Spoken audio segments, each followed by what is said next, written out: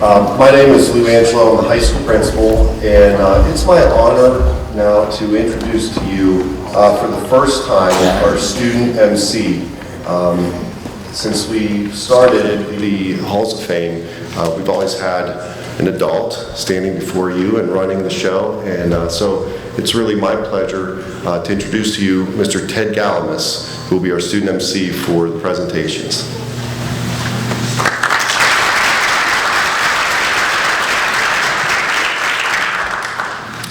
Hello, and welcome to the Upper St. Clair High School Halls of Fame. My name is Ted Galamus, and I am the Student Council President. I will be serving as your Master of Ceremonies tonight. At this time, would you please stand as the Chanticleer is directed by Miss Lorraine Milvac perform the Star Spangled Banner in our alma mater.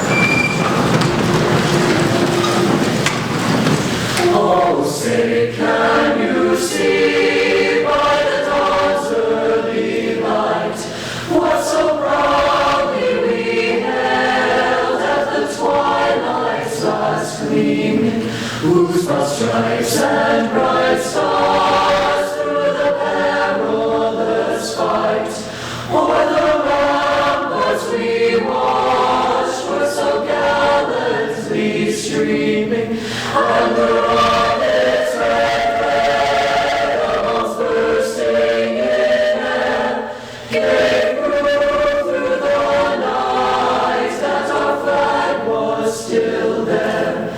Oh, say does that star-spangled banner yet wave o'er the land of the free and the home of the brave? All hail alma mater, all hail the black and white, all hail alma mater, our sign of truth and right. Her strength and honor shall last, while future triumphs are cast. So hail to the Panther's reign and to dear old Upper St. Clair.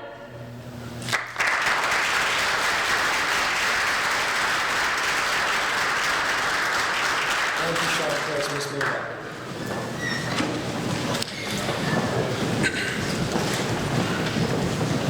Before we begin with the speakers tonight, I would like to take a moment to introduce some of our special guests.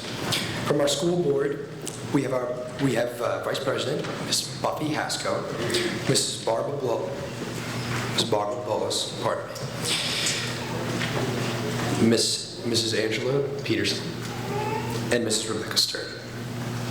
From the district's administrative team, we have the Deputy Superintendent, Dr. Sharon Soritsky, Assistant Superintendent, Dr. John Rozzo, Director of Curriculum and Professional Development, Dr. Judy Boazzo, Director of Technology, Mr. Ray Barat, Director of Business and Finance, Mrs. Frosino Codisco, Supervisor of Pupil Personnel, Mrs. Allie Stower, Supervisor of Special Education, Melissa Carvin, Supervisor of Elementary Education, Mr. Mark Miller, Baker Elementary School Principal, Dr. Pat McClintock-Como, Acting High School Assistant Principal, Miss Melissa Tungate, High School Assistant Principal, Mr. Dan Beck, and Dr. Wagner, our Associate Principal.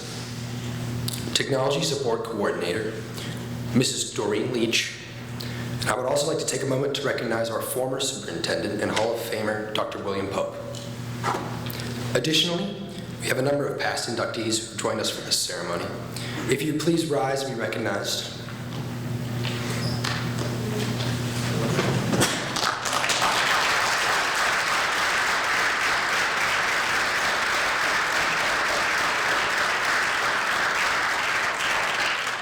Once again, thank you all for joining us in this celebration. Now, our first speaker started his career with this district back in 1998 when he was to serve as the Commons 8 and 9th grade coach for track and field, as well as football. The next year, Dr. Angelo was hired at our high school as an English teacher where he served the students for 5 years.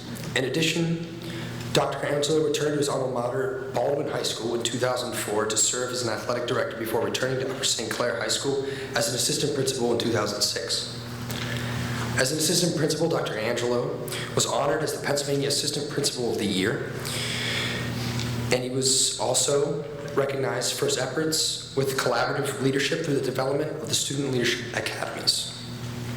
He also has won the National School Board Association Magna Award in 2013. Dr. Angelo is now serving as our high school principal and is making it clear to all students that we matter and we are a team. Dr. Angelo and his wife Whitney have 3 children, Lewis, who is 8, Jonathan, who is 4, and Greta, who's 2. Please help me welcome our high school principal, Dr. Lewis Angelo.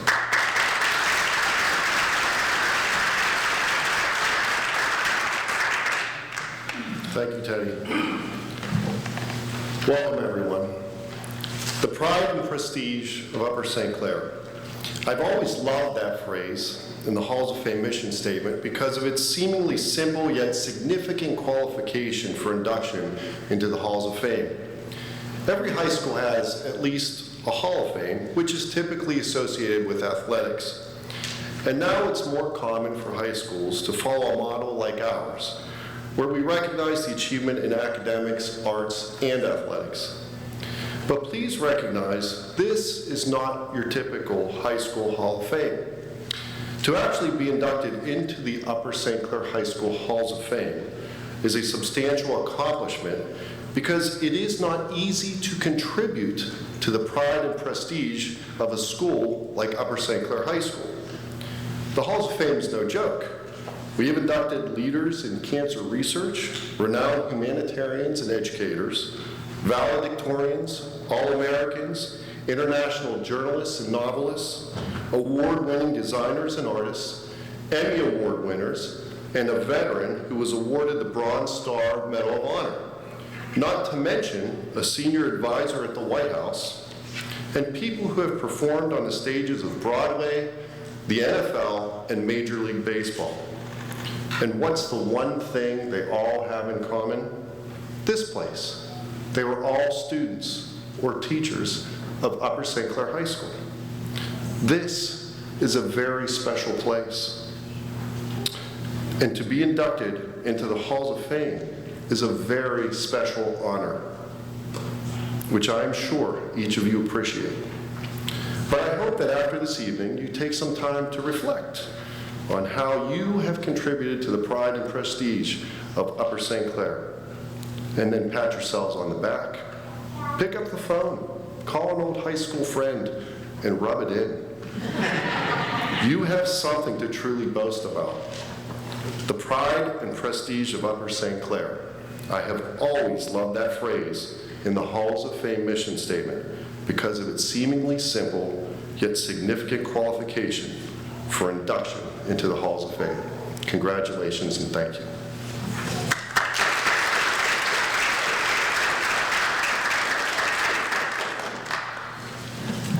Thank you very much, Dr. Angelo. Now, a brief history of the Halls of Fame. In late 1999, Coach Jim Render approached Miss Jane Holman about starting a high school Hall of Fame, but this would be no ordinary Hall of Fame. Just as the high school building has been designed with 3 archways to reflect and inspire excellence in academics, arts, and athletics, the Halls of Fame would be created to celebrate individuals who have excelled in those 3 areas.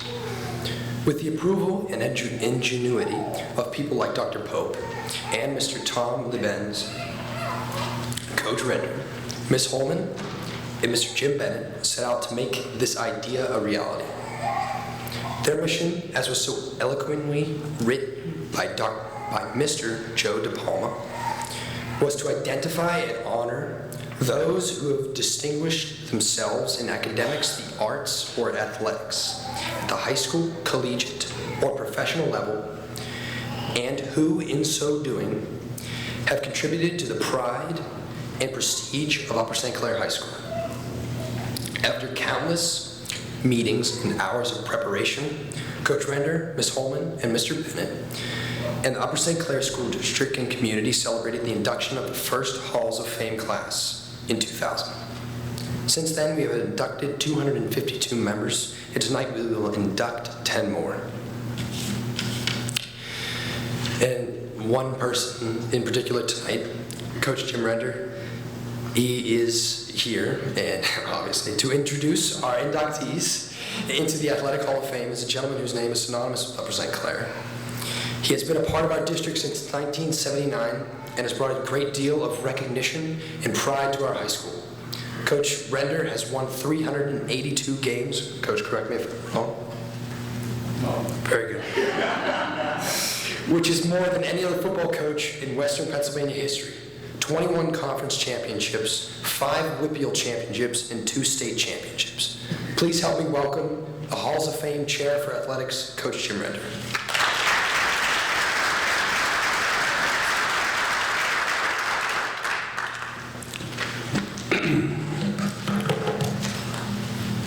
Is Pam here? I was hoping she heard that introduction. After we won one of those state championships, I said to Pam, how many great coaches do you think there are in this country? And she says she wasn't sure, but probably one less than what I thought there was. So, thank you for those nice comments. Is George back there? You're not the only one that has grandchildren here tonight, Luke. Where's Luke? There he is. Well, this is always one of the highlights of my year, really, to get to stand here and introduce very deserving people.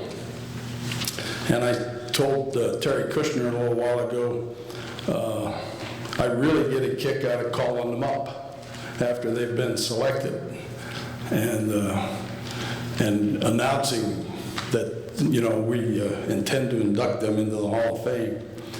And Cam Griffin couldn't believe that was Jim Render calling. What did I do wrong? I've been out of school for a long time. Cam living in San Francisco and getting a call from Jim Render in Pittsburgh, he wasn't sure about that. Before I introduce our Athletic Hall of Fame people, I'd like to introduce the people that are on our committee. And we've been together for a long time, really. And I used to enjoy, and I still kind of enjoy, saying I'm one of the younger in service to Upper St. Clair members of the committee.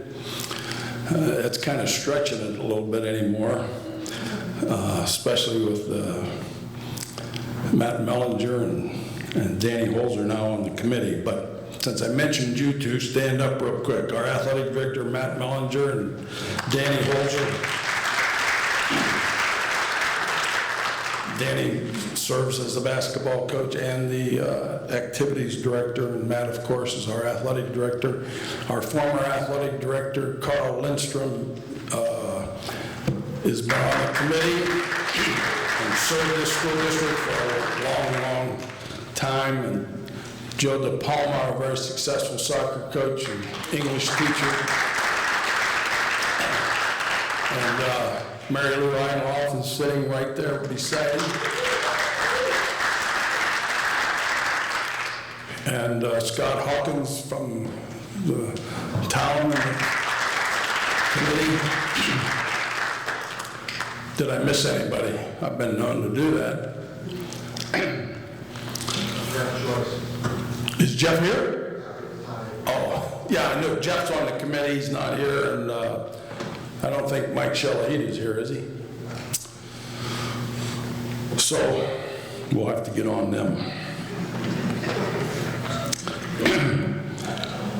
Without further ado, I'd like to begin what I'm really up here to do.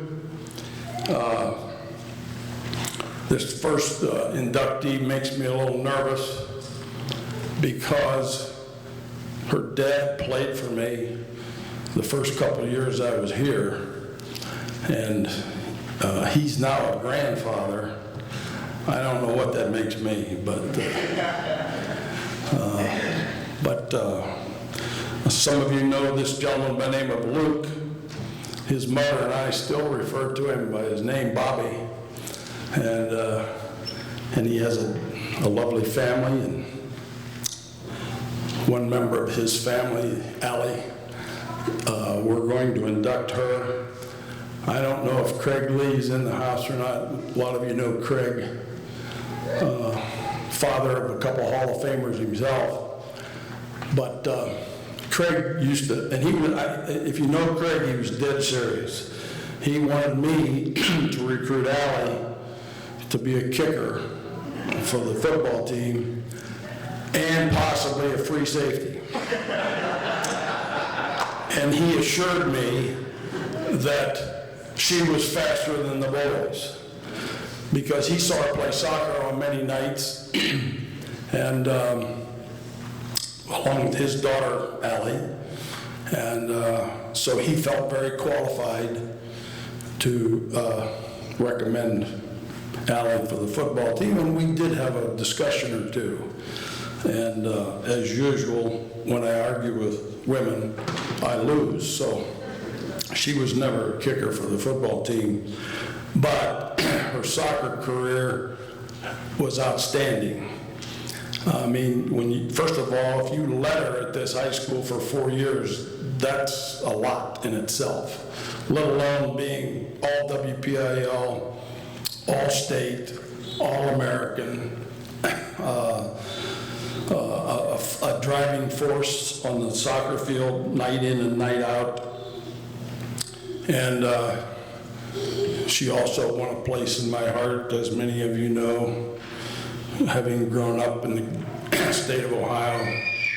Allie made the choice to go to the Ohio State University. What'd you say? I know I said it right. I've been saying it right for a long time. Anyhow,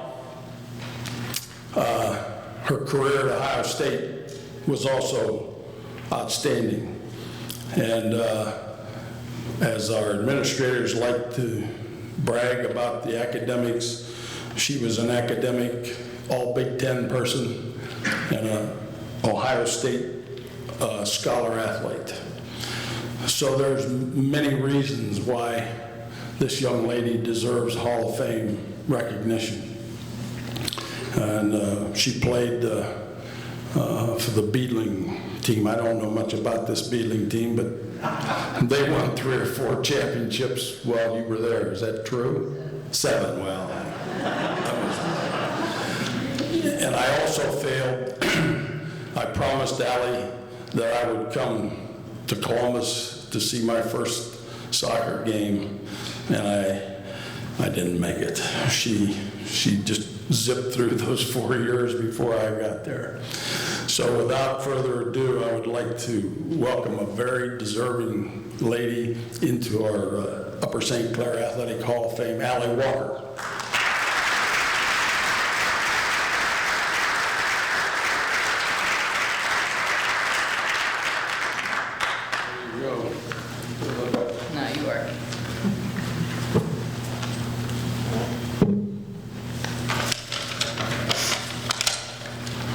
So I just want to say how grateful I am and how blessed I feel to receive this award.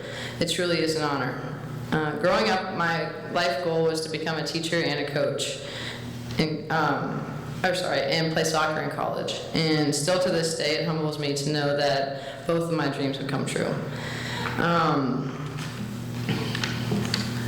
Being a student at Upper St. Clair, as well as an athlete for both Upper St. Clair and Beadling, not only prepared me for college, but also gave me the opportunity to be recruited by many Division I teams. My wonderful experience here gave me the opportunity to be a student at The Ohio State University, as well as share my wealth of knowledge with both students and players as a teacher and a coach. It has been a very cool experience lately, having the opportunity to be in the same position as the teachers and coaches that motivated me to become a teacher and coach. When I was younger, I had a hard time in school and learned things in different ways than other kids, yet there were still a few teachers like Mr. Clark, Mr. Gels, Mrs. Stack, and Mr. Miller who did everything they could to help me get to where I needed to be. Their hard work, dedication, determination to help me succeed inspired me to become a teacher so that I too could have the same impact on my students. I hope that one day I have the same impact on my students and players that my teachers and coaches had on me. All that being said, I wouldn't be where I am today without the help from many amazing people. First off, I would like to thank my parents because without their time, effort, love, and support, they put into my education and athletics, I would not be half the person that I am today. Lindsay, Ben, Luke, Joe, Marlena, thank you for always being my #1 fans and pushing me to be the best I can at all times. I wouldn't know what to do without you guys. To my grandparents, thank you for being the best role models a girl could ask for. You make me want to be a better person each and every day. To the rest of my family, thank you for always being there to cheer me on. I couldn't ask for a better cheering section. Denny and Louise Kohlmeyer, thank you for giving me the opportunity to play for Beadling. Without your coaching, dedication, and love for the game, I would not be half the player that I am today. If there's one thing that I could leave for those students and athletes that are unsure of what they want to do, I would say go for it, because you never know what you can accomplish until you go out there and try. True success is not just about achieving your dreams, it's about helping those around you to reach theirs too. Thank you.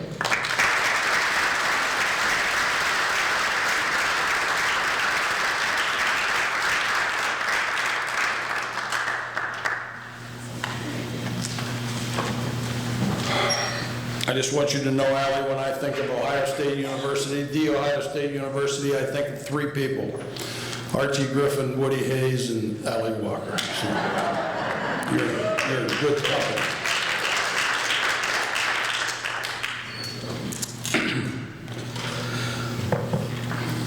This next young man, there's so many ways I could describe him.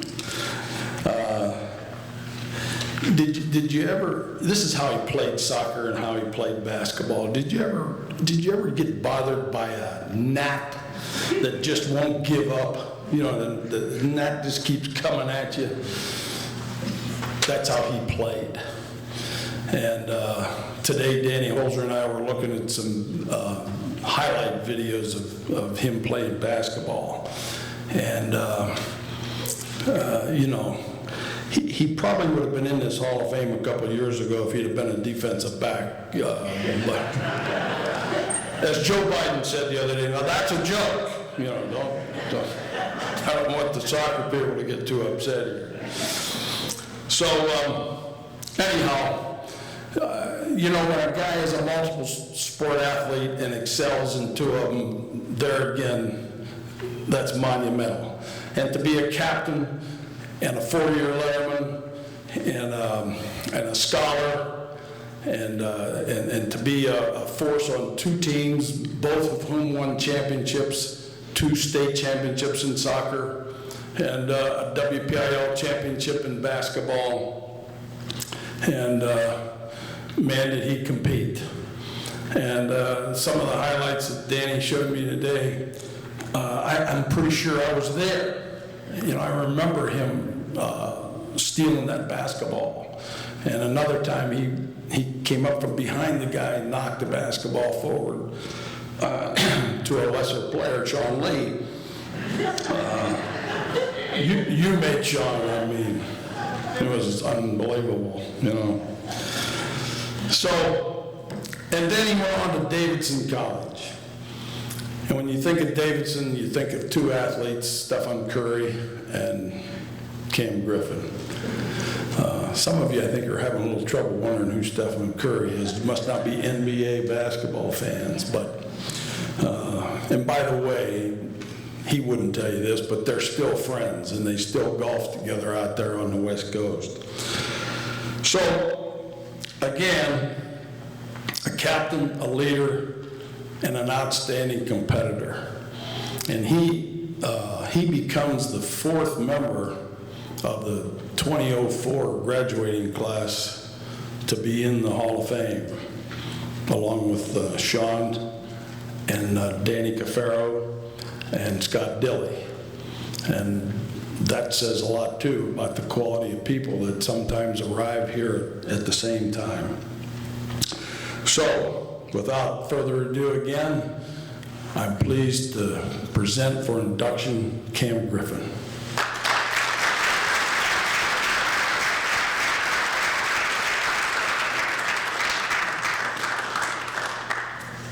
Oh, I'm sorry.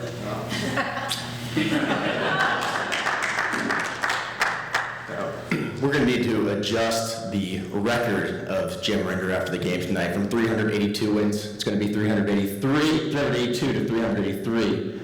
It'll be a better weekend, a lot more enjoyable than tonight. But thank you for those kind words, and thank you so much for the support of everyone here. Thank you for the nomination.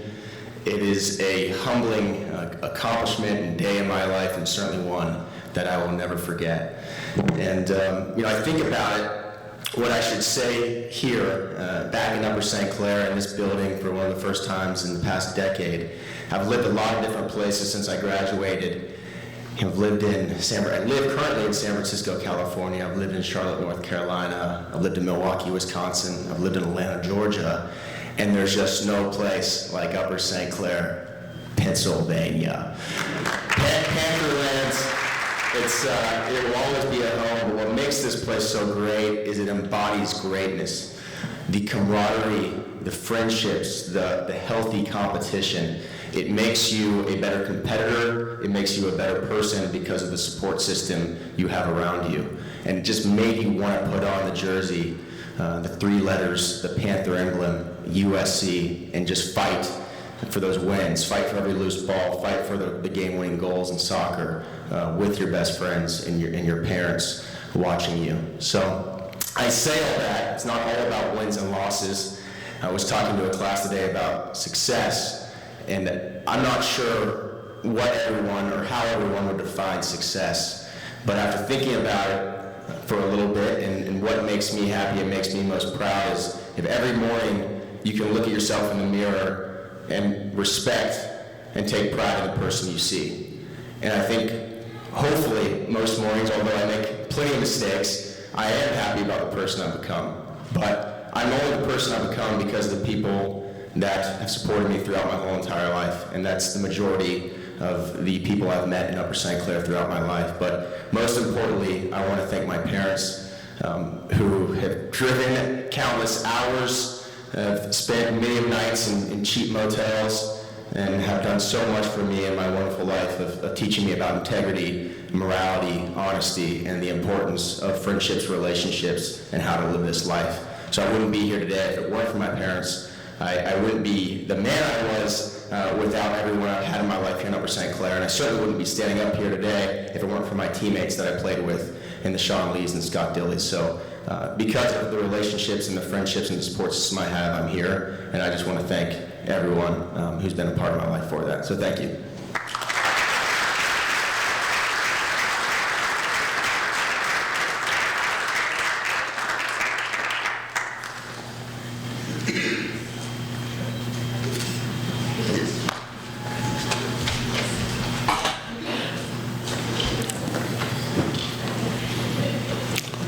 Final Athletic Hall of Fame inductee is, I guess I'm going to pop off a little bit, but I had the pleasure of writing an article for the USC Today magazine, and it was a comeback. I used to write when I was teaching here. I gave it up for a while, and I decided that I wanted to do something again because this is one of the luckiest people to ever walk through this building because of the outstanding young men that I've had. And a lot of these young men, I figured this out not too awful long ago, a lot of these young men have gone on to be very productive citizens and professionals. And I think there's some interesting stories that should be shared. And the first person I decided to write about was Jeff. And I think you've already heard he's being inducted tonight in both the Athletic and the Academic Hall of Fame. Athletically, the Rudolph family moved here in the early 80s and had 4 children, and 2 of them were very solid football players for us. Jeff, Jeff's a lineman, and the linemen, they don't have the stats to talk about, how many touchdowns did they throw or catch or run. The linemen are down there in the middle of the line doing all the grunt work, as we say. But he did it extremely well, making the all-conference and the all-sections and so forth. And he attracted the attention of the Yale coaches, along with Kenny Lund, who's sitting back here. Kenny went to Yale and was a captain at Yale. They only picked one a year at Yale. But, and they both had outstanding careers. Jeff, last year, was inducted into the Yale Legends of the Bowl. And the Yale Bowl, the stadium, the Yale Bowl was the first stadium in this country to all encompass the whole field. And of course they have their own version of a Hall of Fame called Legends of the Bowl. And since 1914, they've only inducted 67 people into the Legends of the Bowl. And Jeff got his honor last year. So I won't steal too much of your thunder here, Jane. But Jeff has gone on. He's doing marvelous, marvelous work at Children's Hospital. And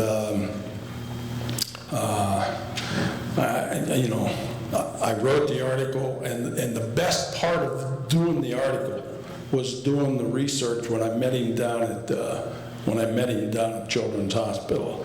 And when I met some of the fellow doctors, they beamed when they talked about Dr. Rudolph. So again, I don't have a lot of flashy stats to talk about Jeff in terms of your football ability, but your football ability was outstanding here and at Yale. And before I steal all of what Jane probably wants to tell you about him academically, I'll just present my trophy and shut up for a change. Dr. Jeff Rudolph.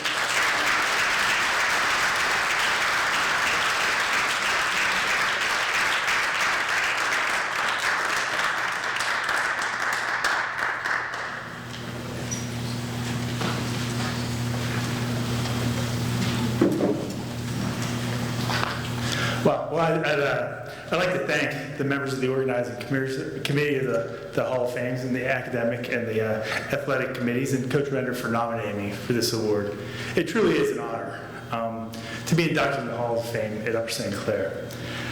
As I was trying to figure out what to say, I kept coming across the word fortunate. I've been very fortunate in my life.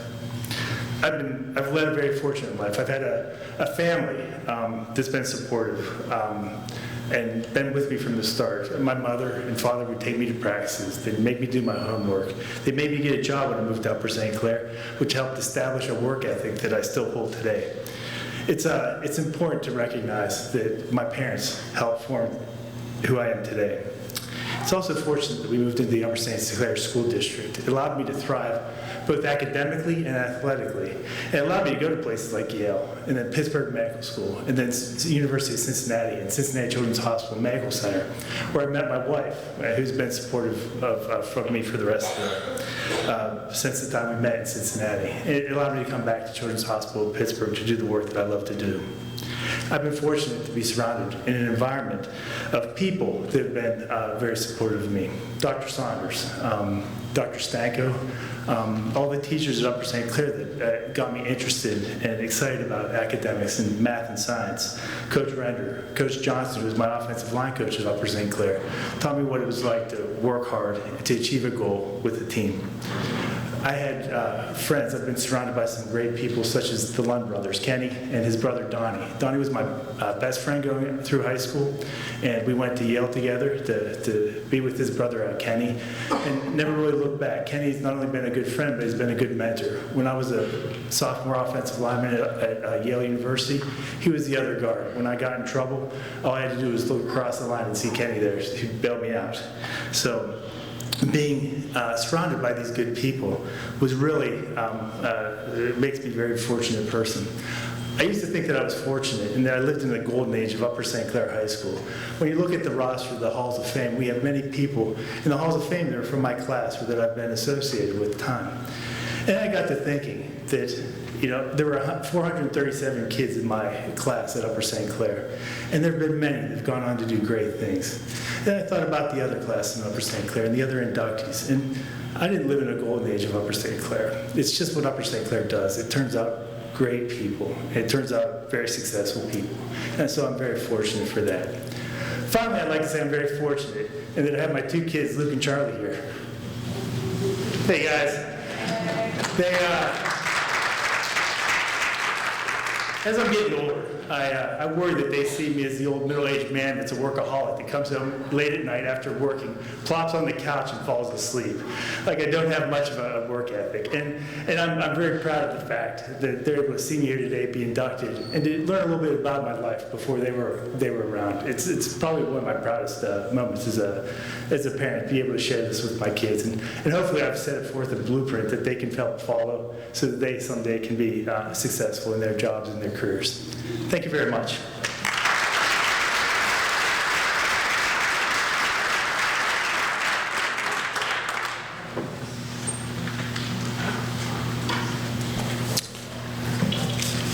I'd just like to take a quick moment to say congratulations to all of the inductees tonight, especially you, Mike. That's an inside story, but congratulations. You'll have to excuse me. I got another couple little duties I got to take care of before 7:30. And enjoy your evening. So far, it's been pretty good. May I do my part later. Thank you.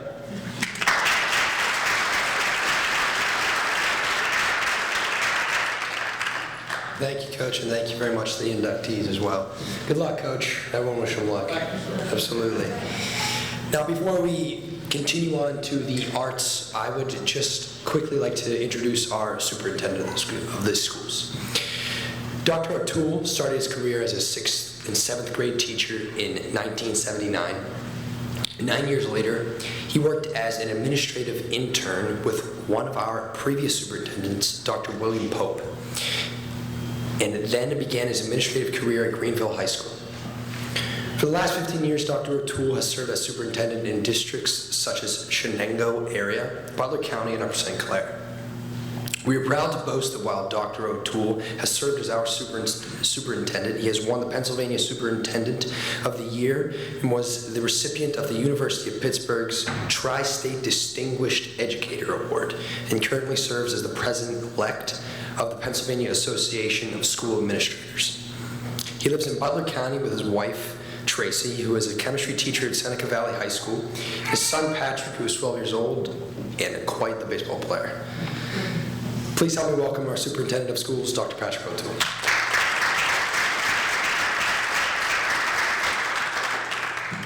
Thank you so much, Ted.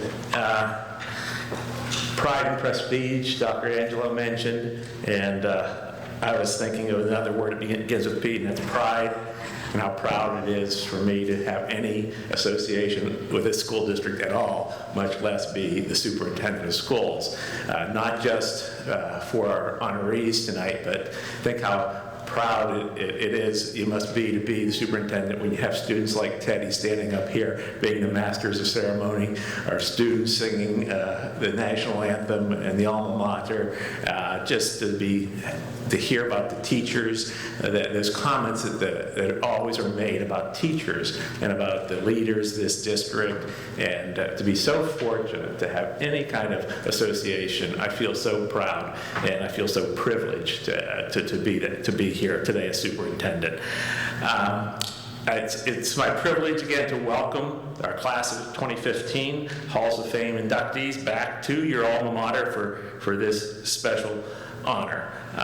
And I also want to congratulate you for your induction.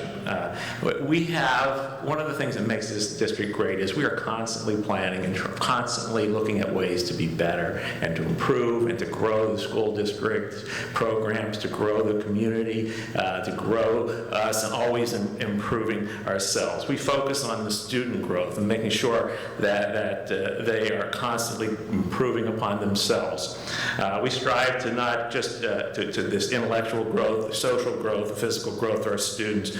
We work also, though, we want them not just to succeed here as students, but to be equipped to be successful in their careers beyond here, to have the skills and the attitudes, the tenacities that are required to be successful beyond here. And this program tonight is a great way for us to display and to show how our graduates go on to do great things, because not only do we honor them, they always reference their classmates and the people who helped them along their way. So it really does give you pride to be superintendent. It's overwhelming, really, to our inductees to read your bios and what you've done with your careers and with your academics and with your families. And I'm just in such awe of you. We have the utmost respect and the highest esteem for what you've achieved in your life and the influence that you've had. You've been teachers and you've been mentors. You're outstanding, successful professionals, your parents, your friends, your performers, and you're so much more. And I just want to say that we welcome you back here. We thank you, and we are so proud that you allowed us to share this special day with us. And thank you for continuing to support us. Before I close, I want to thank our members of the Halls of Fame Committee for your work and your dedication for this program, especially Tim Wagner, Lou Angelo, Jim Bennett, Jane Holman, Jim Render, and Lois Mulholland. These individuals not only represent the Halls of Fame's committee, but they are individuals who have excelled at USC as teachers, as coaches, directors, support personnel, and administrators. And I can add this year, one of them, Tim Wagner, was a former student. He's an alumnus, and he helped plan this program. And so we're proud to have him as part of the planning team. Again, my thanks to you. I enjoy your visit here, and I hope you can come back someday, and always feel free to come back and help us and to share your successes with us. Thank you. Good luck.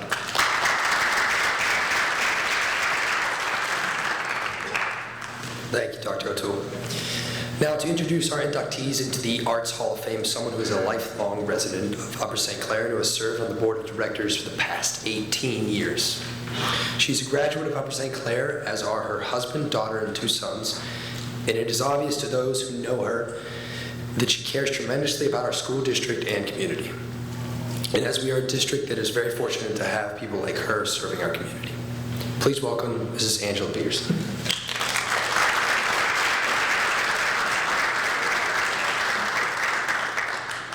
Wow, that was really nice. Thank you, Ted. Really appreciate it.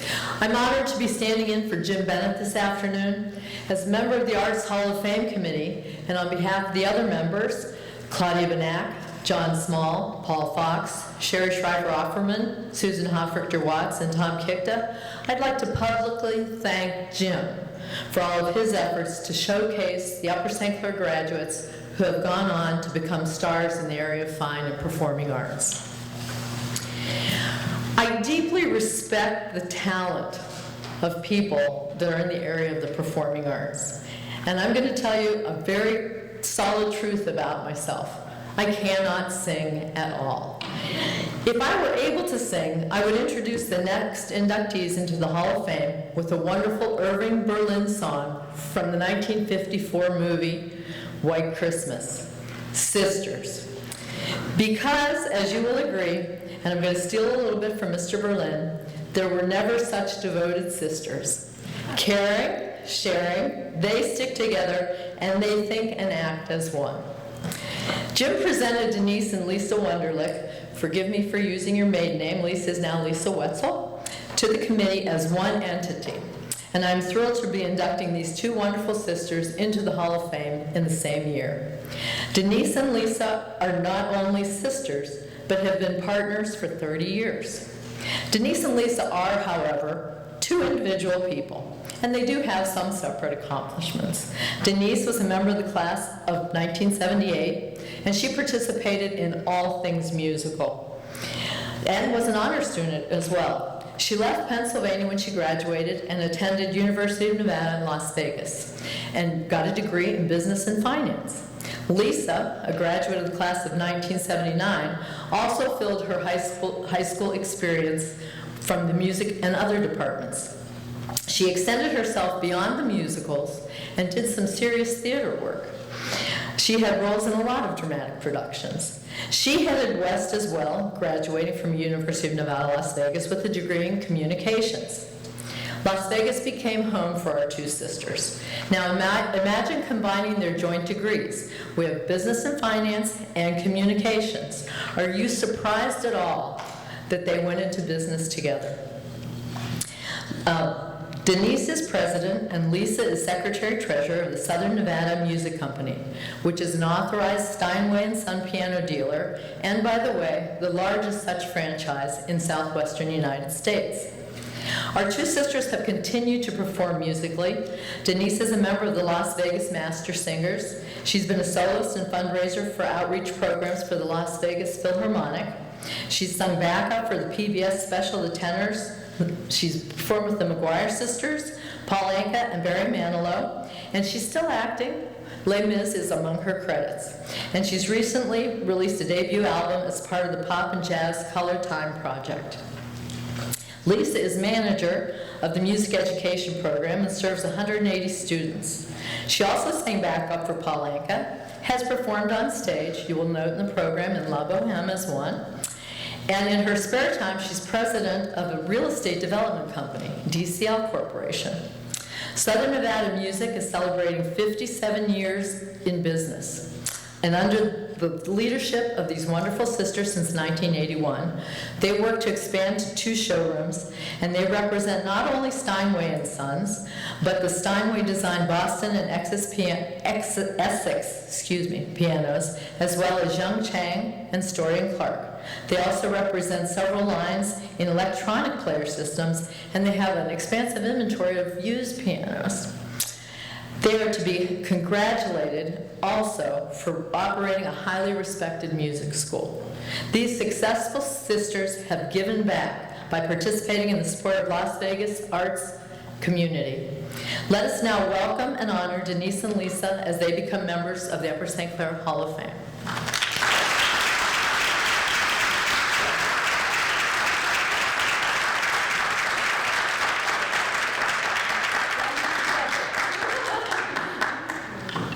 You don't have to speak in unison, though. We could do it. Paul, I'll come first. Sorry. Oh.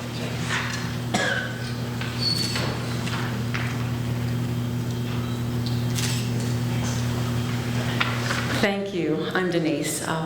It's a real pleasure to be here tonight. 37 years ago I left here. That's a long time ago.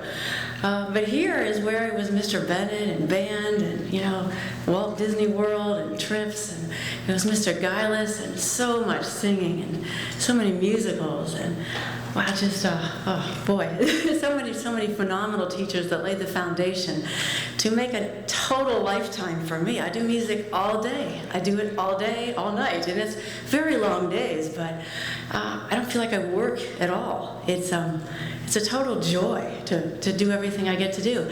I teach my own private studio of little kids and senior citizen center, and I just got to watch them grow musically in my vocal and my piano department, and we get to meet lots and lots of families who want to do the same for their kids and give them the foundation of music through piano and beyond.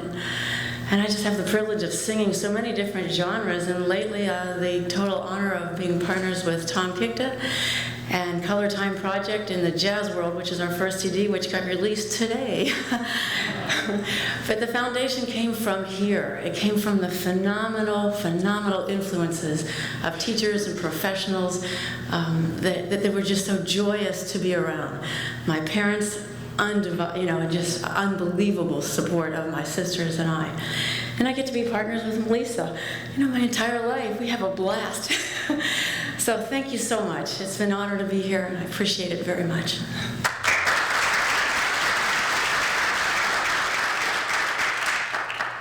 What she said. However, I am the younger one, and I will always be the younger one.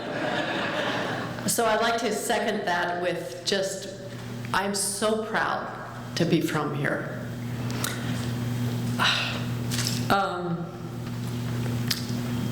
It's a phenomenal opportunity when I'm standing up here accepting. I have lots of people that I could thank. Mr. Gaius back there, I was a terror in his class, I think.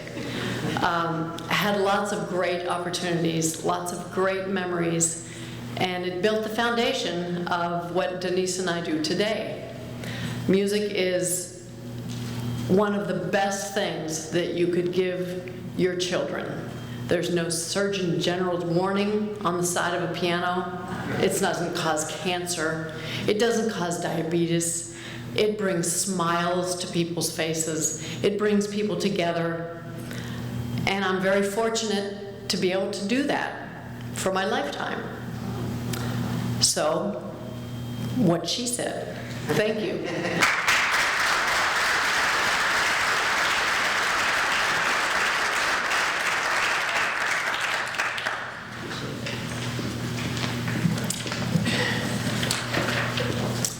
Our next inductee is Tim Federley, class of 1998. I found a quote that I just loved from a 2014 interview with Tim in The Atlantic. I think it provides some insight into his personality.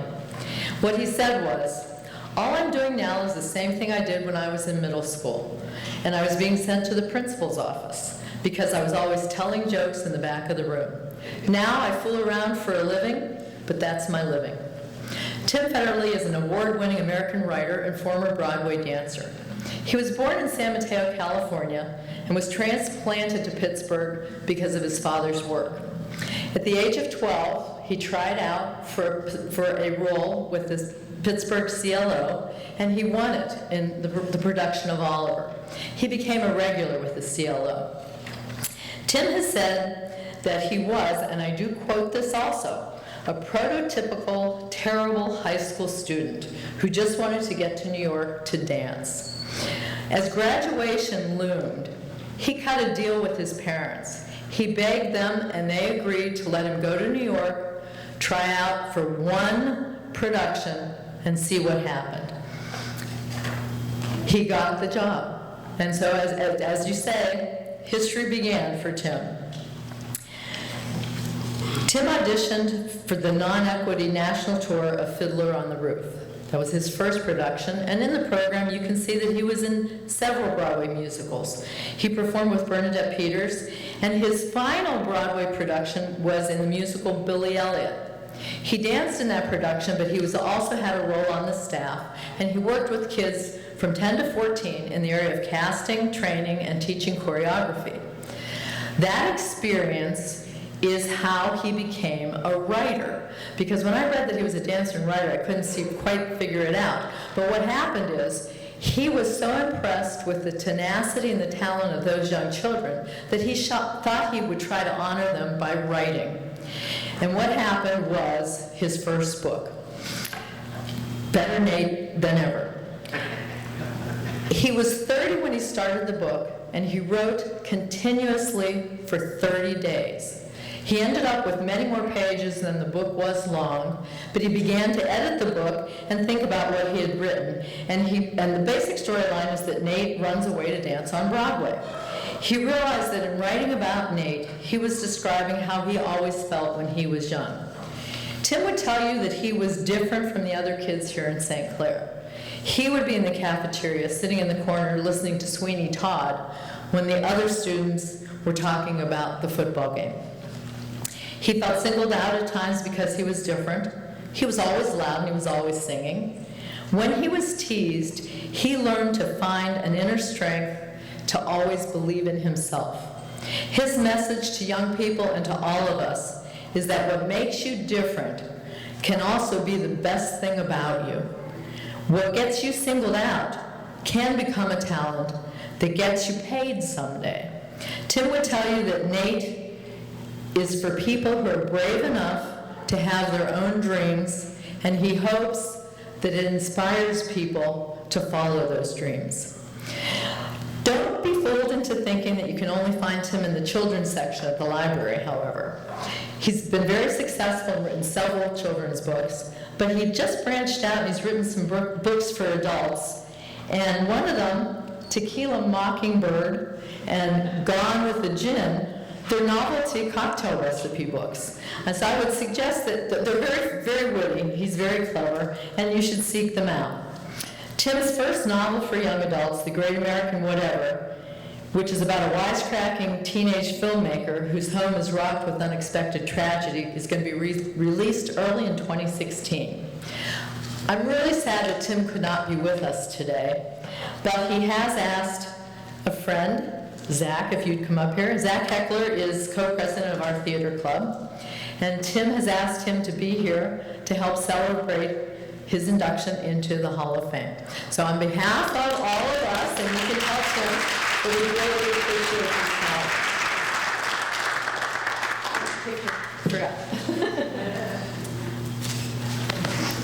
My name is Zachary Heckler, and I'm currently a senior at Upper St. Clair High School. I am co-president of the Thespian Society, which Tim Federle was once a member of himself. He regrets not being able to attend today because of work commitments in New York. Among other things, Tim is currently co-writing a book to a Broadway musical. He asked me to accept his honor on his behalf because I'm a fellow theater kid, like Tim was and always will be, no matter how old he gets. He wanted me to tell you that when he was my age, most of the teachers couldn't wait for him to graduate. He was a class clown, and if he'd been voted anything at all in the yearbook, it would have been most likely to end up in his parents' attic. But now he's gone to write a bunch of novels and dance at a bunch of Broadway musicals. He wanted to say thank you for not giving up on him, and to encourage any adult in the room who works with young people to remember that the goal is not to get your students to peak in high school. Tim was never cast in a role in a High School Musical. Tim never got straight A's like his older brother. Tim didn't even go to college. He blossomed later in life, and he credits his guidance counselor, Dr. Marion Orr, with being one of the many amazing adults who crossed his path, and knew that for some students, the biggest achievement is just getting through this sometimes difficult experience of adolescence. Tim salutes everybody in this room who has made it their life's work to inspire the many young people who, like Tim once was, seem like slackers and daydreamers who might not add up to much. And thank you to everyone in and around Upper St. Clair who have served as inspiration in his novels, both in character and in setting. Though Tim would never willingly go back to being a teenager, he'd never trade that experience either because it serves as such good material for his books. Thank you.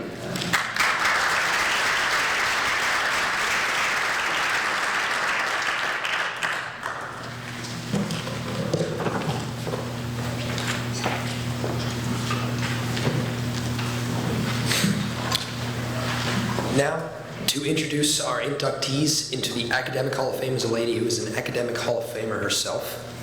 Jane Holman has been associated with our district for 50 years. She spent this time as an English teacher, the sponsor of the National Honor Society, and the sponsor of Clairvoyant, which under her supervision, the Clairvoyant won numerous national and state accolades for various elements of the yearbook. Since retiring, she remains connected with the district through her sincere commitment to the Halls of Fame. Please welcome the Halls of Fame Chair for Academics, Ms. Jane Holman.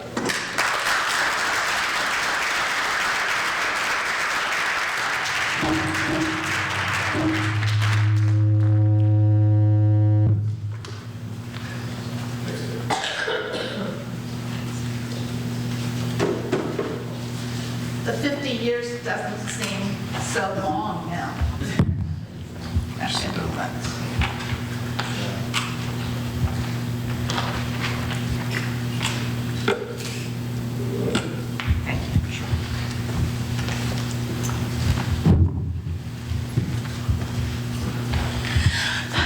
We grow old, we grow old.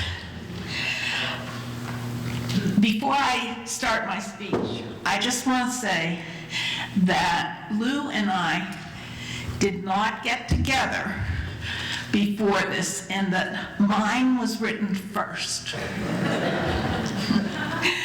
Each autumn, the 3 Halls of Fame committees have gathered to recognize those individuals who have distinguished themselves and who, in so doing, have contributed to the pride and prestige of Upper St. Clair High School. To fulfill this mission, our committees begin long before fall to accomplish the goal.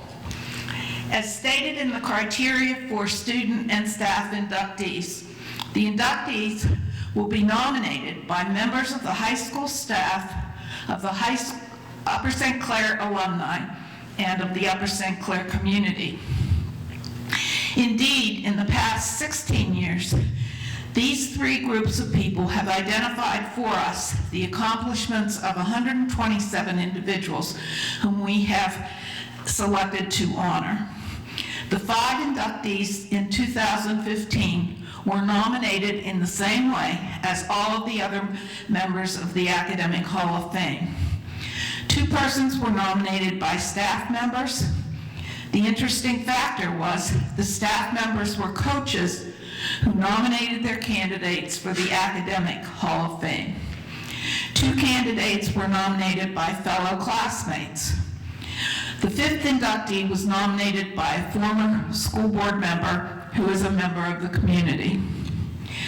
Because these individuals brought to our attention the exceptional accomplishments of these former students, we are pleased to introduce you to the new members of the Academic Hall of Fame.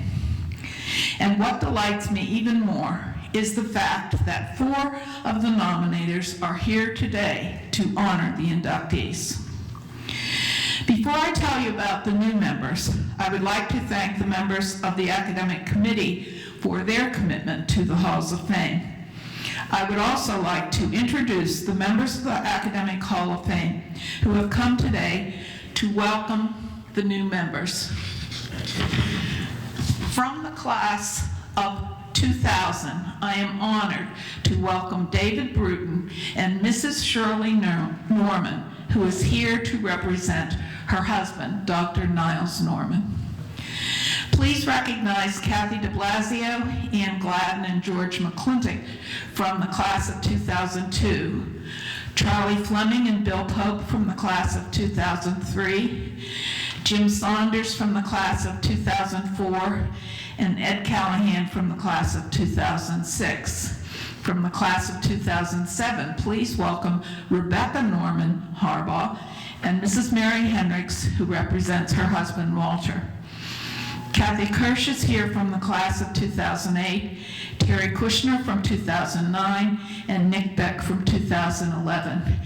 And I didn't know that the Lunds were going to be here, but welcome both Dawn and Ken, who are members of our Hall of Fame also.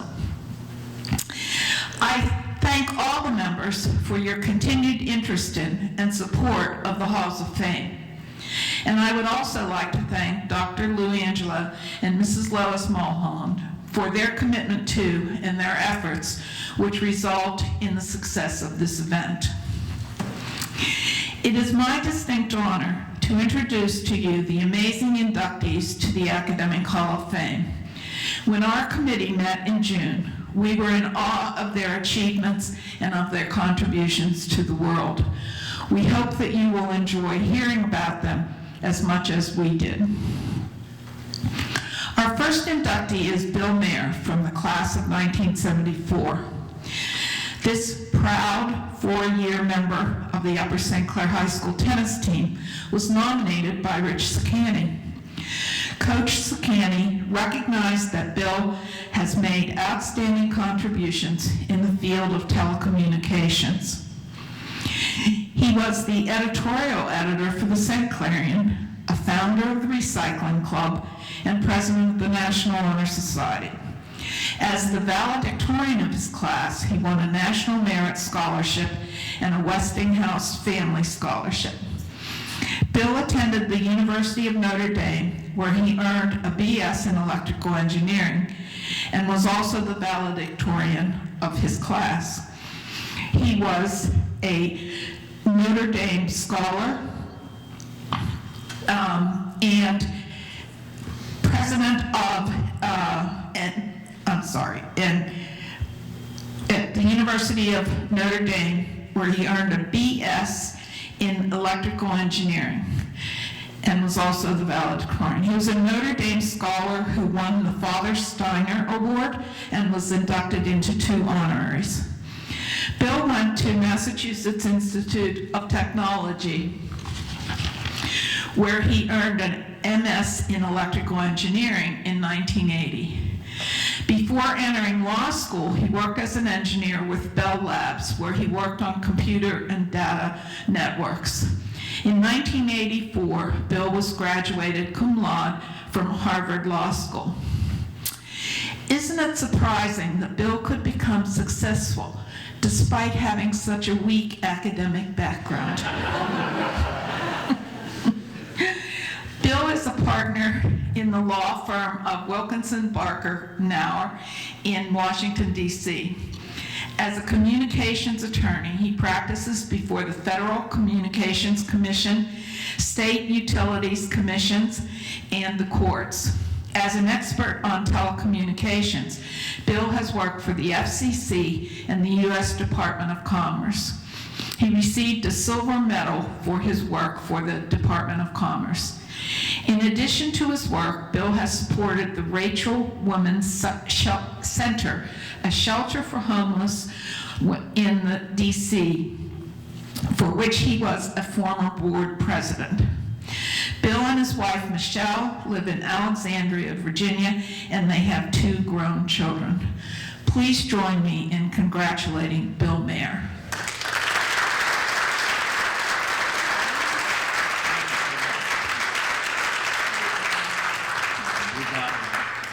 I'm going to just stay here. Thank you.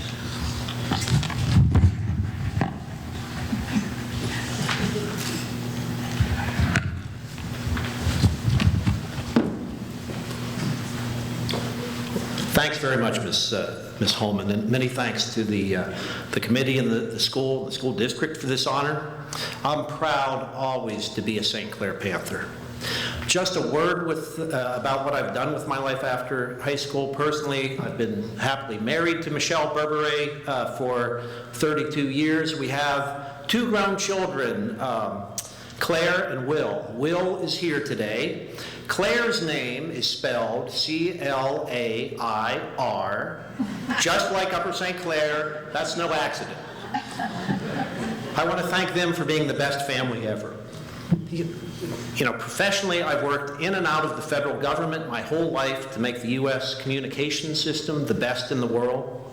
That comes from believing that it's better for people to have the opportunity to talk and to learn from one another, rather than, be separated by silence.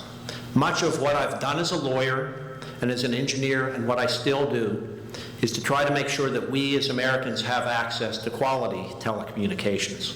And, I learned the value of communications and also supported high school. Look, high school is a challenging place. It can be really fun and it can be really hard. Everybody's finding out who they are and who they might become. When I was at USC way back in the early 70s, I found it to be a supportive place. My friends got me through a lot. People cared. And I hope it's the same for the Panthers today. There's a few people I'd especially like to thank. My sister Michelle, class of 77, who's here today, and my sister Marcy, class of 70. I owe them so much. Our parents died a few years ago, but I want to thank them. I'm fortunate too, because my parents had the vision to move to USC from Baldwin. And I guess, Dr. Angelo, you're from Baldwin. Great place, but I'm glad I came from St. Clair. My parents always rooted for USC in football, in basketball. They had just started the soccer team when I think I was a sophomore. And they also rooted for tennis. And speaking of tennis, I want to thank Coach Rich Zacani, who was my tennis coach all 4 years. I wasn't much of a tennis player. It's significant, and Ms. Holman sort of alluded to it, it's significant that when Coach nominated me last spring, it was for academics. It wasn't for athletics. But, you know, among a group of outstanding teachers, Ms. Holman and Ms. Einloth, Mr. Saunders, Mr. Beck, many of them, you know, here today, I'm sure I'm leaving somebody out, but just, you know, a wonderful set of mentors. Coach's teaching sort of stuck with me the longest, and I'll share 3. The saying I remember almost every day as I practice law is, if you tie, you die. Coach believed in getting ahead, winning outright, and just getting the job done correctly. You know, and that's something. I was watching the Steelers game from far off Alexandria on Monday night, and that last play, when he ran it in, I thought, you know, if he would have tried for the tie, who knows, but he won that one, and that was a great thing. Number 2, you know, if you do the work, you're on the team. And again, as somebody who's worked in government, who's in a small law firm, you know, I remember the coach just ran us up at the pool steps. I saw them today until we felt like dropping. But if we hung in there, we were Panther tennis players, and that was a good thing to be. And finally, if you're on the team, you support your teammates. And several of my teammates, not from my years, from other years, people I'd only heard about, are here today. And I really appreciate that. And it just goes to show, you know, some of the lessons I think we all learned. Now look, USC has changed a lot since I left in 1974, obviously. It's magnificent. I was in awe. It's, you know, they barely let us near the jigsaws in shop, and we were seeing, you know, 3D printers and stuff, you know, amazing. But, you know, I hope that the school, I hope the students, their caring, their energy, their community, they still shine as brightly as they did when I was in school and as I remember them. So all I can say in closing is, go Panthers, beat Cannon back tonight. Thank you.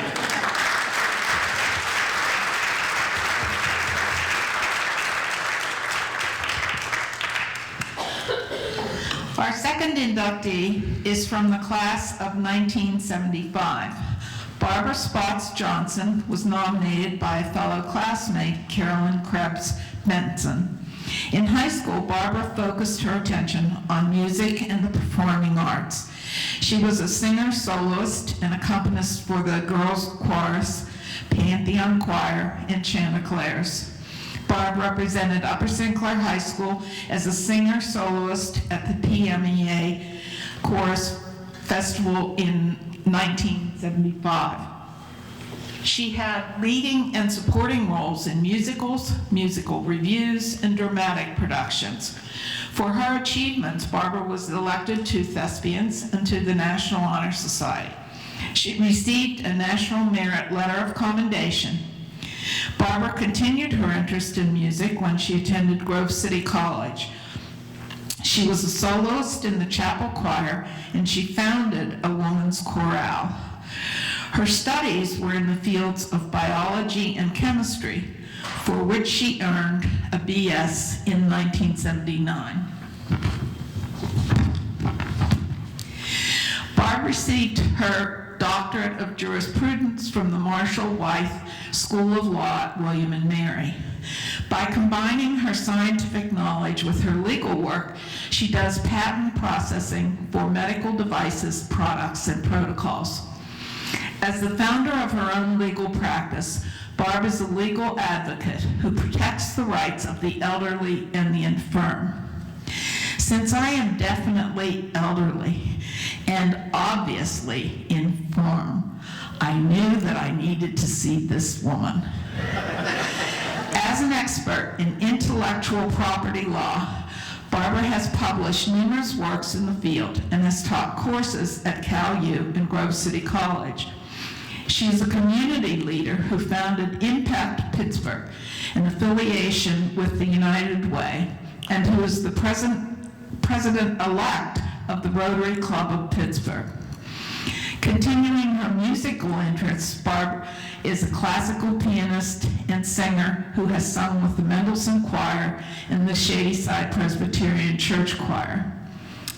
She tells us that, quote, just for fun, end quote, she continues to study Spanish and Mandarin Chinese. I agree that it might be fun to study Mandarin and Spanish cooking, but I am not so sure about the languages. Barb and her husband Ron live in Highland Park and are the parents of a grown daughter. It is my pleasure to introduce Barbara Spots Johnson.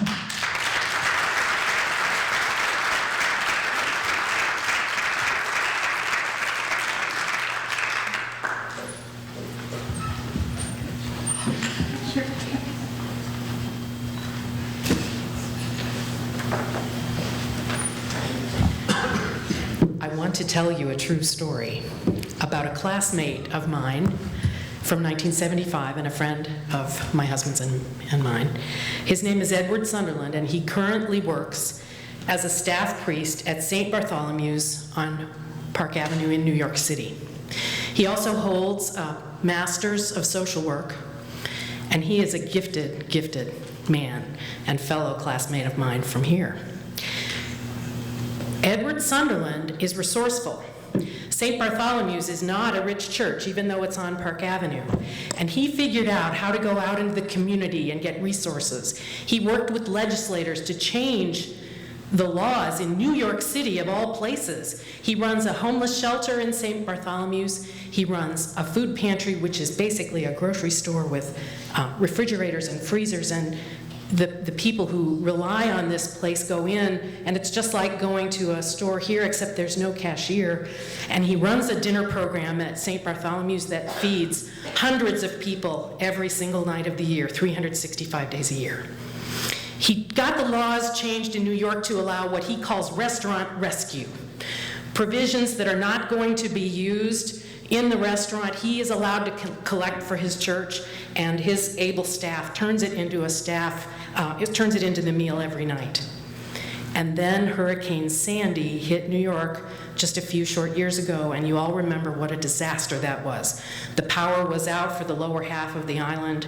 The subways weren't running. The traffic was gridlocked. If you had anywhere else to go, you got out of there, and there were a lot of people that he served every night that had nowhere else to go. Even though it was Park Avenue, these people were in need. The restaurants that supplied the rescue provisions were closing for the weather. And he looked out his window and he saw more people lining up for his evening meal than he had ever seen. I don't know that any of us would have faulted him if he had gone downstairs and put a sign on the door that said, "We're sorry, we're closed for the weather." But if you knew Edward Sunderland, you knew that he befriended everybody. If you ever are on a red eye with him, you will be talking to him all night. He did not put the sign on the door. He went next door, literally next door on Park Avenue, to the Waldorf Astoria Hotel, which was open. The Waldorf Astoria doesn't close. It runs on a skeleton staff. Key people stay in the guest rooms overnight so they don't have to commute, which they wouldn't have been able to because all the subways were not running and the traffic was gridlocked. And Edward went over to his friend, the head chef at the Waldorf Astoria, and this is a true story, I am not exaggerating, and he said, "My friend, I have a problem. I have people lining up for dinner and I have nothing to feed them. My food pantry at this same time has been emptying the shelves. Everything is flying off the shelves of people that know they need provisions." And the friend at the Waldorf Astoria said to Edward Sunderland, "You do not have a problem. I have a problem. I had a big convention coming in. Everybody has canceled because of the weather. It was going to be hundreds of people. Talk about ducks and geese and cherry pies. I have filet mignon. I have things ready to go, and I have no one to serve it to. I can't even put it in the freezers because my freezers won't hold what I have in the walk-ins. I need to feed your people." And true story, for the next 7 nights, the Waldorf Astoria catered Edward Sunderland's dinner program at St. Bartholomew's Church on Park Avenue in New York. Why am I telling you this story? Halls of Fame. You are to be congratulated. We watch the news and we hear about people who do evil in the world. And you bring us together so we can hear about people who really do make the world a better place. I would like to thank you. Please keep up the good work.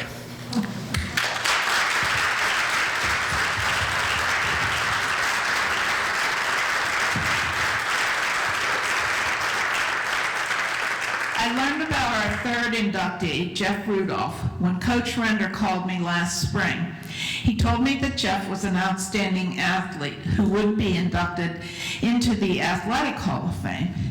Jim also thought that Jeff had an exceptional medical achievements that he could be recognized by the Academic Hall of Fame as well. My first reaction was to be flattered that Coach Render thought our hall was important. Don't tell him I said that.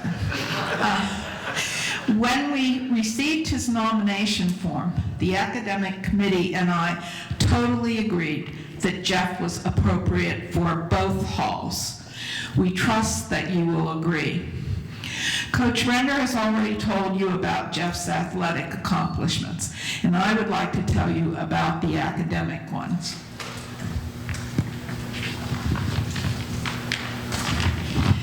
In addition to excelling in football in high school, Jeff was a member of the National Honor Society.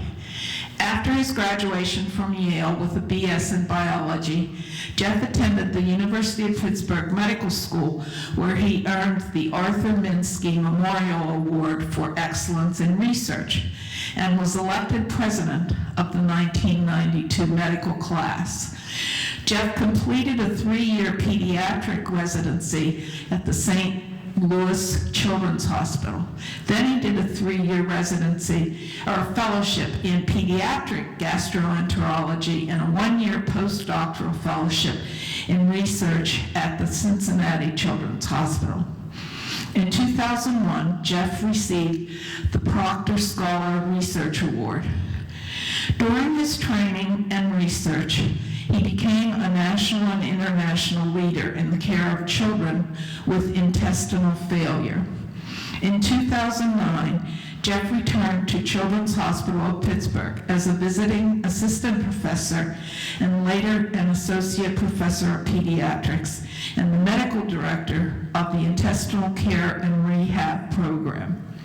Jeff has done extensive research and has written publications, delivered speeches, and has conducted seminars around the country and the world.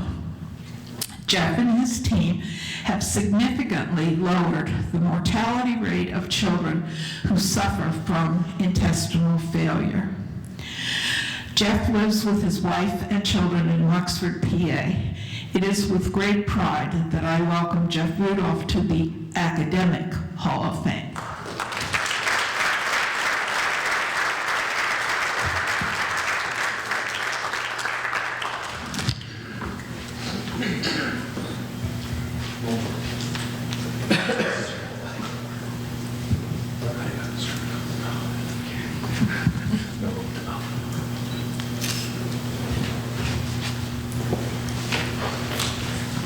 Thank you very much. I appreciate it.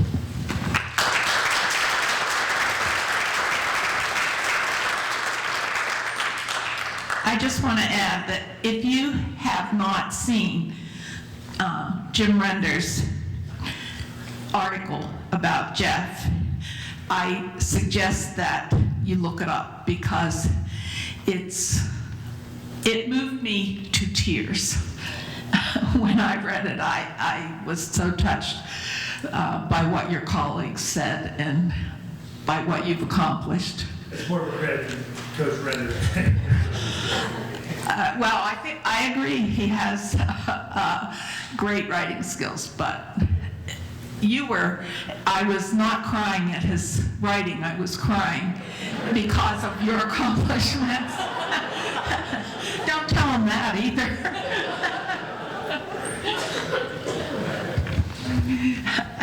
And I know that he has spies here, so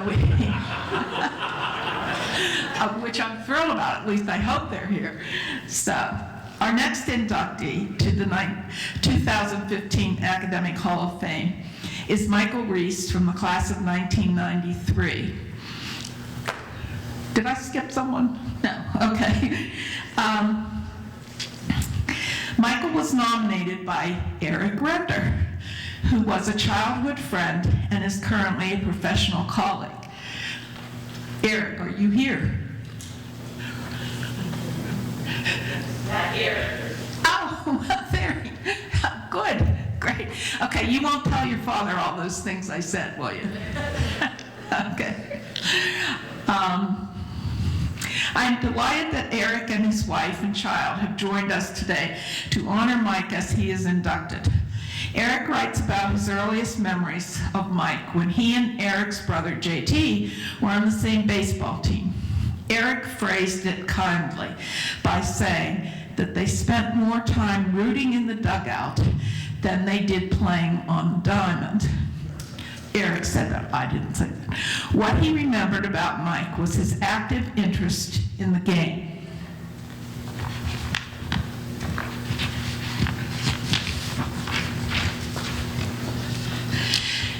The other team, the strengths and weaknesses of the other players.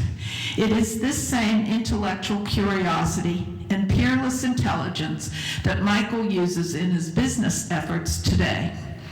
At Upper St. Clair, Mike was a member of the National Honor Society and was named by Westinghouse as one of the top 10 math and science students in the Pittsburgh area. As the valedictorian of his class, Michael received a full academic scholarship to the University of Pittsburgh Honors College. In 1995, Mike was named a Barry Goldwater Fellow as one of the top 60 engineering students in the United States. As was his tradition, Mike was the valedictorian of the Pitt Engineering School. He was graduated with a BS in engineering and a BA in political science. As the recipient of a research fellowship from the Department of Defense, he chose to attend MIT. There he earned an MS in mechanical engineering and an MS in technology policy. Obviously, Michael wanted to get his money worth, so he always earned 2 degrees. It was especially rewarding since scholarships and fellowships were paying his tuition. That was meant as a joke. I mean, it's true, but I didn't mean it as an insult. Michael has been widely recognized as an industry leader in the hedge fund and private equity industry. He worked for Lehman Brothers and then was the chief operating officer of Neuberger Berman Alternatives. Mike is the founder and is currently a managing director at the head of Dial Capital Partners. Michael and his team manage the assets of over $5 billion. If I remember correctly, that's a lot of money.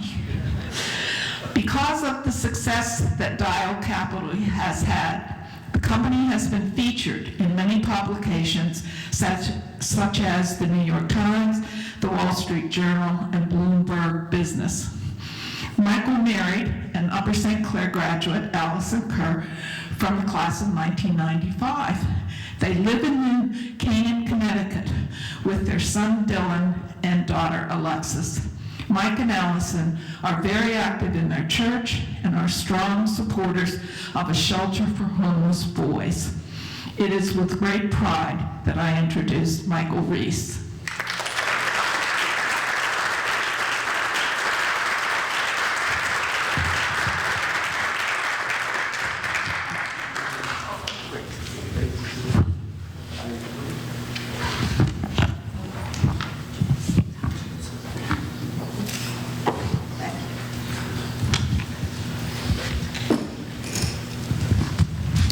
Thank you very much, Ms. Holman. I know on our phone call this summer, you said, please, you're 40 years old, call me Jane, but we both know that's not going to happen.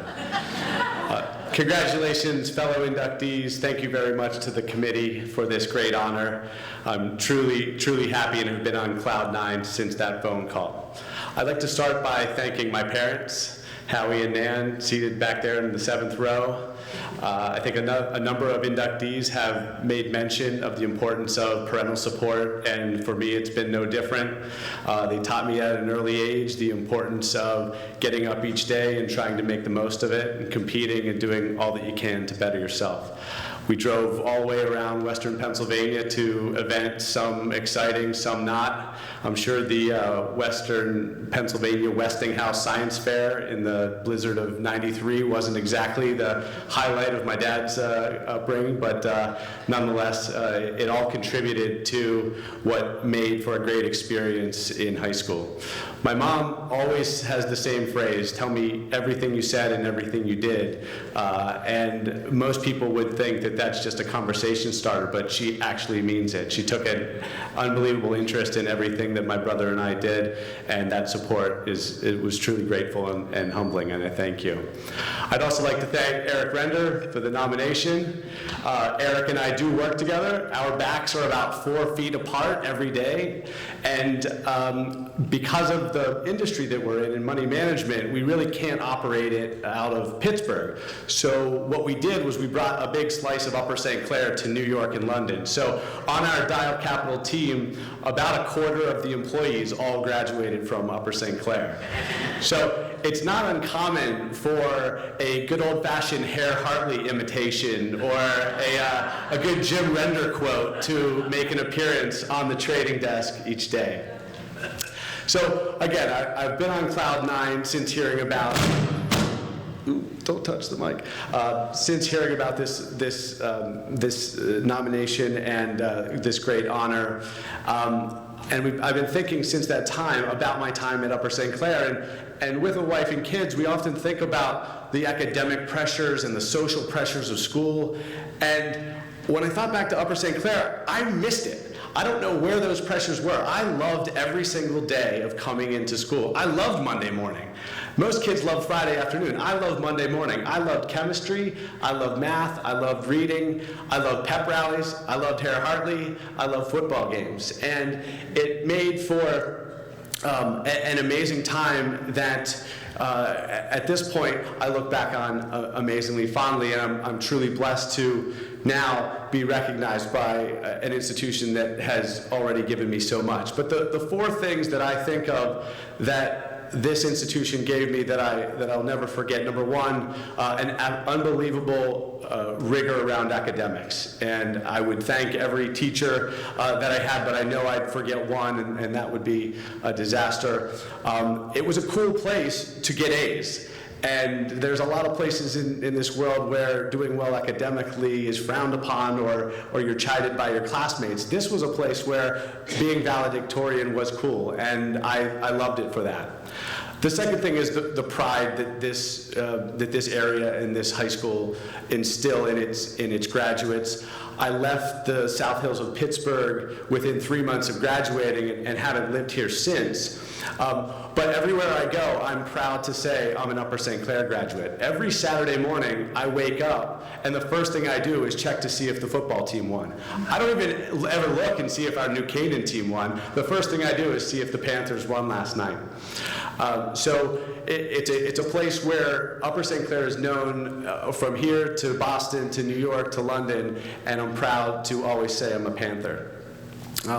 And the third thing that I'd say that I'm grateful for from this institution is opportunity. We got a great tour this afternoon of all the amazing things that students can do today. There were amazing things that students certainly could do in the early 90s, and I felt like I made the most of all those little opportunities. I think it's rare in life that you get to bat in the bottom of the ninth with 2 outs and the bases loaded. So what I try to instill in my kids is that you won't get the big opportunity, but you'll have a lot of little ones. And try to make the most of each one.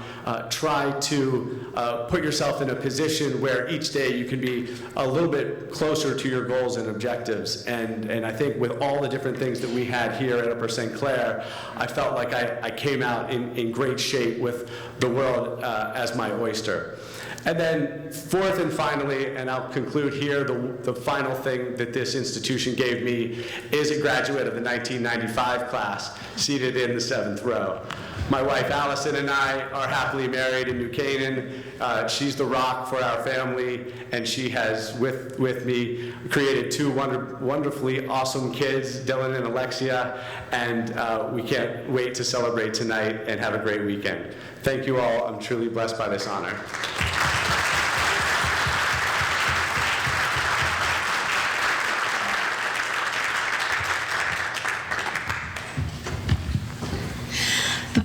inductee for the evening is Jonathan Byatt from the class of 1996. Jonathan was sponsored by former Upper St. Clair School Board member and community member Dinah Fulmer. Dinah is a shining member of my Shakespeare class. I will pause so that you can all chuckle and roll your eyes. The class has been going on for 14 years now. So, when she asked whether Jonathan Byatt had been nominated, and I said that he had not, she took it upon herself to gather the information and to nominate him herself.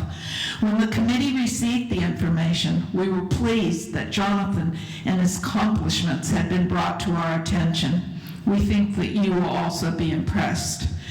Jonathan was a 4-year letterman and a senior captain of the swim team. He was a senator of student government and a member of Spanish Club. Throughout high school, Jonathan was actively involved in the World Affairs Council of Pittsburgh. Jonathan was the 1996 Veterans of Foreign Wars Voice of a Democracy winner for Pennsylvania.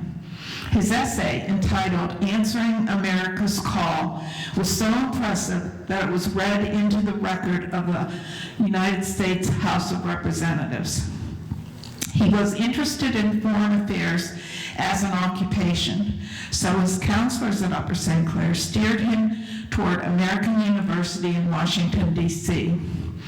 After he earned a BA in economics and in international studies, John joined the firm of Bannerman and Associates, which helped him through the process of being accepted into the Foreign Service.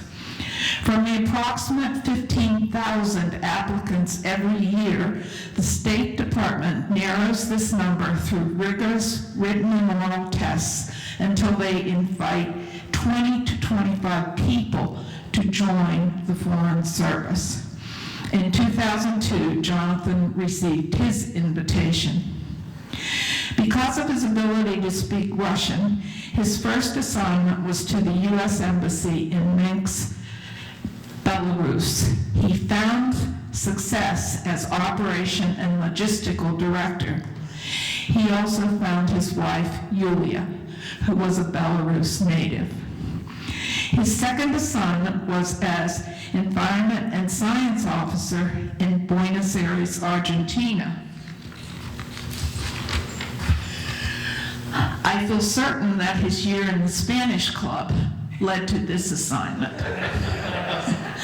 His other overseas tours have included Turkmenistan and Denmark, and he has had 2 Washington tours with the State Department. During his past 12 years in the Foreign Service, Jonathan has received 2 Department of State's Superior Honor Awards, 5 Department of State's Meritorious Honor Awards, and the Department of State's Franklin Award. He has achieved the diplomatic rank of SF-01 Counselor, which Dinah tells me is very good. Currently, he and Julia live in Arlington, Virginia with their daughters Nadia and Liliana. He recently earned his MBA at the University of Maryland. Obviously, learning never ends for Jonathan. I am honored to present to you Jonathan Byatt.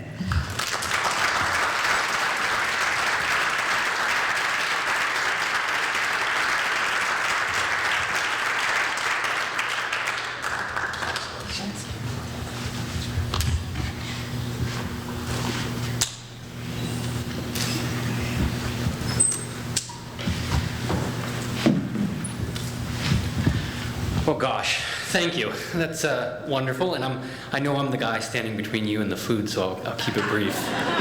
But I do want to say a few things. I first want to thank obviously the school board and the Halls of Fame committees for this wonderful honor, and for Dinah for the nomination. That was really wonderful of you, and of course Dr. O'Toole. This is really an honor, and we're going to hear some themes in my few moments that I think almost everyone else has said up here. First, I'm going to, when I thought about what I should say about my time in Upper St. Clair, I really thought of sort of 3 major themes. And the first is parents You've heard it before from the nominees before, but it was really important to me as well. The gifts and the rigor and the tenacity and the academics and everything came and is rooted from my parents and what they did for me. And I can't say enough about that. In fact, if I said too much about it, I'd leave something out and it would be a shame. But I want to thank all of you for everything you've done, really. The second thing in Upper St. Clair that came to me when I was thinking about my time here is also amateur athletics and sports. I spent 4 years as a swimmer, and nothing teaches you more about yourself than swimming every day at 6 a.m. and 4 p.m. 6 days a week. Basically all year round. You learn a lot about what you're made of, I think, in amateur athletics, and I think that's so important. I've heard that from other nominees as well. And I guess the third thing I thought about was the teachers here at Upper St. Clair. We really have some amazing teachers, and I imagine we still do. I had a wealth of amazing teachers, but two of them stand out to me, and I wanted to talk about both of them and some of the things they taught me, or two of the things they taught me. The first was Paul Pryor, who taught here for a long time, and he taught me one of the most elegant lessons I think I ever learned. It's shocking how elegant it is. He said, decisions are made by those who show up. It's simple, but it's perfect. And it's something I took from his class. Decisions are made by those who show up. If you don't show up, you're not part of the decision. You're not part of the process. So I love that one. The second teacher, and she happens to be here right now, is Teresa Avik, who really played a very big role in my education. And she taught me, I was thinking about the number of things that she taught me, but the one that I'd like to take away is she taught me about the dignity of ideas. Some ideas had certain dignity about them, and some did not. And the important thing was to be able to recognize that an idea wasn't just okay because it was an idea. It had to be a good idea, a right idea. It had to have some dignity about it. And I really, really appreciate that. So before I wrap up, I would like to thank my wife, Yulia, for her support along the way. The bravest person I know and the most patient person I know. And she has the rather unique gift of making a home for us wherever we end up in the world, something very important for a diplomat. And I'd like to thank my two children, Nadia and Liliana, who bring me so much joy every day. Thank you. And thank you again for this wonderful honor.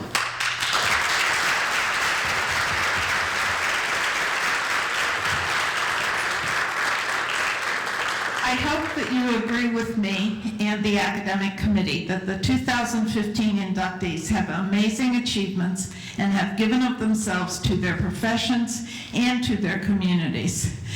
There is no doubt that these 5 individuals have contributed to the pride and prestige of the Upper St. Clair High School. I'm so pleased that all of our inductees made the effort to come today, and several met earlier with the students. I am also appreciative of their sponsors who gave us the information and who also came to share in the celebration. As I do each year, I thank you all for coming and hope that you will return next year.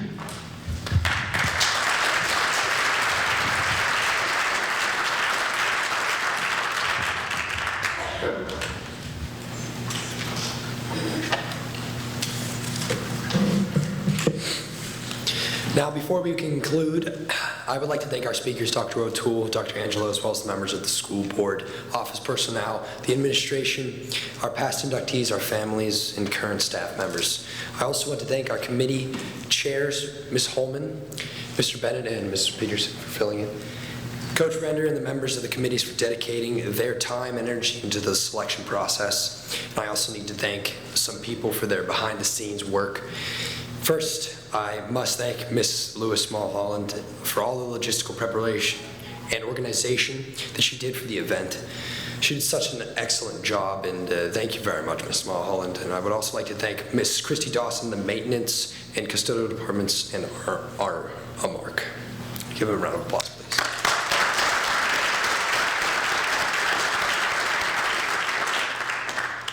Now, before we end, once the ceremony is over, all the new members of the Halls of Fame and families are welcome to come to the stage for pictures. And once done with the pictures, you may move to the Nutrition Center for dinner at 7:10. Our new Halls of Fame members will meet in the theater lobby outside of the Nutrition Center. And once we are together, we will begin our walk to the stadium for your introductions. It is my suggestion to the family members that you may take your way to the stadium and take your seats before 7:20 or by 7:20 at the latest. And you will see the area of seating that has been reserved for our inductees and the family members along the 50-yard line. In closing, I would like to congratulate all of our new inductees and your families. It has been a true honor serving as your Master of Ceremonies, and I hope you enjoy the ceremony. Thank you, and congratulations.